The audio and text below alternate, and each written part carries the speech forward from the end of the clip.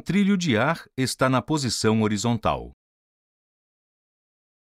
Isole o carrinho e coloque todas as forças não desprezíveis que atuam sobre ele quando ele está em repouso.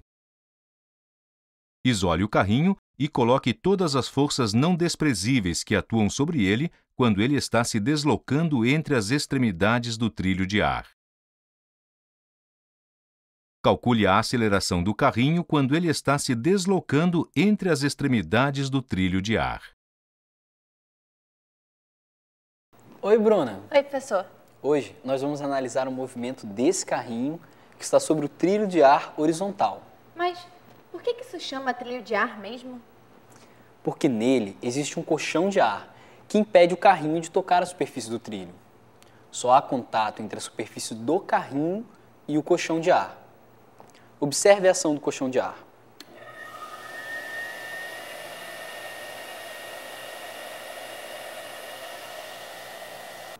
Agora, isole o carrinho e coloque todas as forças não desprezíveis que atuam sobre ele quando ele está em repouso. A única força gravitacional não desprezível que atua sobre o carrinho é o seu peso. As forças de contato são a normal, exercida pelo colchão de ar, e o empuxo do ar que eu posso desprezar, né, professor? Pode. Agora, coloque as forças que atuam no carrinho quando ele está se deslocando para o seu lado, entre as extremidades do trilho.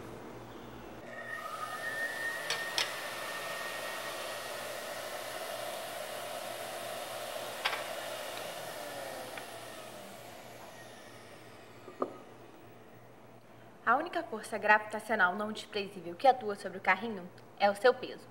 As forças de contato são a normal, exercida pelo colchão de ar, a força que empurra o carrinho para o meu lado, a força de atrito entre o carrinho e o colchão de ar e a força de resistência do ar. Só que a força de resistência do ar e a força de atrito entre o carrinho e o colchão de ar eu posso desprezar, né? Pode. Bruna, você disse que essa força era de contato, mas só o ar está em contato com o carrinho. Então, quem ou o que está exercendo essa força? Mas se a força F não é uma força de contato, eu não sei quem exerce uma força sobre o carrinho. Não existe nenhuma força empurrando o carrinho para o seu lado.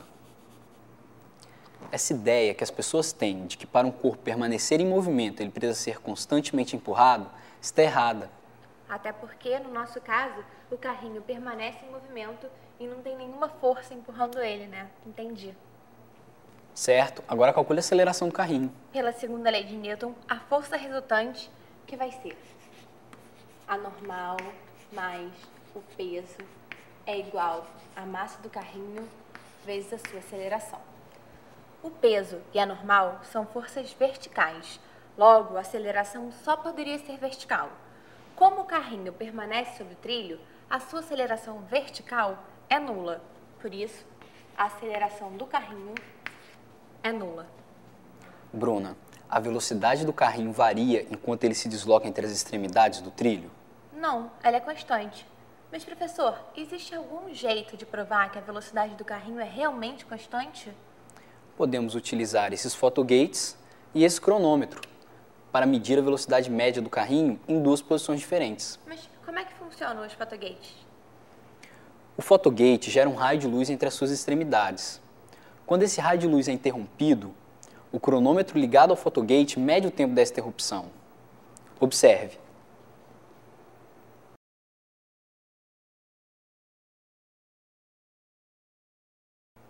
Esse cronômetro mede o tempo de interrupção desses dois fotogates. E por que a medida desses tempos permite que a gente encontre a velocidade média do carrinho?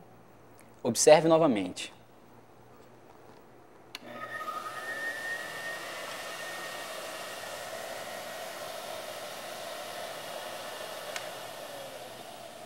Quando a bandeira do carrinho atravessa o fotogate, o cronômetro mede o tempo em que o raio de luz foi interrompido. Esse é o tempo que o carrinho leva para se deslocar 10 centímetros, que é o comprimento da bandeira do carrinho. Entendi. O módulo da velocidade média do carrinho em um ponto é igual a 10 centímetros dividido pelo tempo de interrupção do fotogate naquele ponto. Certo. Observe o cronômetro que está ligado aos fotogates que estão no pontos A e B para medir as velocidades médias do carrinho nesses pontos.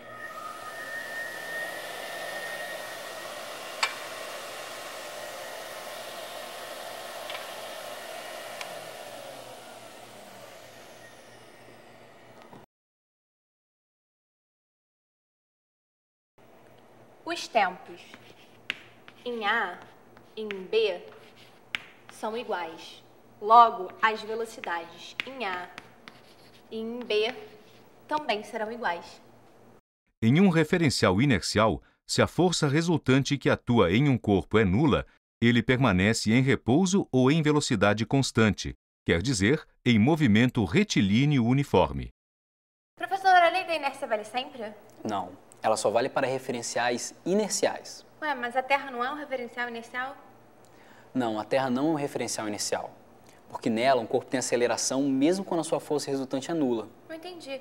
Nós não acabamos de medir a aceleração do carrinho quando ele se desloca entre as extremidades do trilho e verificamos que ela era nula? Só é possível detectar a real aceleração do carrinho utilizando instrumentos mais precisos. Podemos dizer que no caso desse experimento, a Terra se comporta como se fosse um referencial inercial, porque a aceleração é imperceptível. Eu não estou entendendo isso direito. Você só vai entender isso direito quando estudar as leis de Newton para referenciais não inerciais numa disciplina mais avançada de mecânica. No momento, o que eu posso te dizer é o seguinte: quando a aceleração de um corpo que não é criada pela força resultante for desprezível, a Terra poderá ser considerada um referencial inercial. Entendi. Por hoje chega? Chega. As forças não desprezíveis que atuam sobre o carrinho quando ele está em repouso são o seu peso e a normal exercida pelo colchão de ar.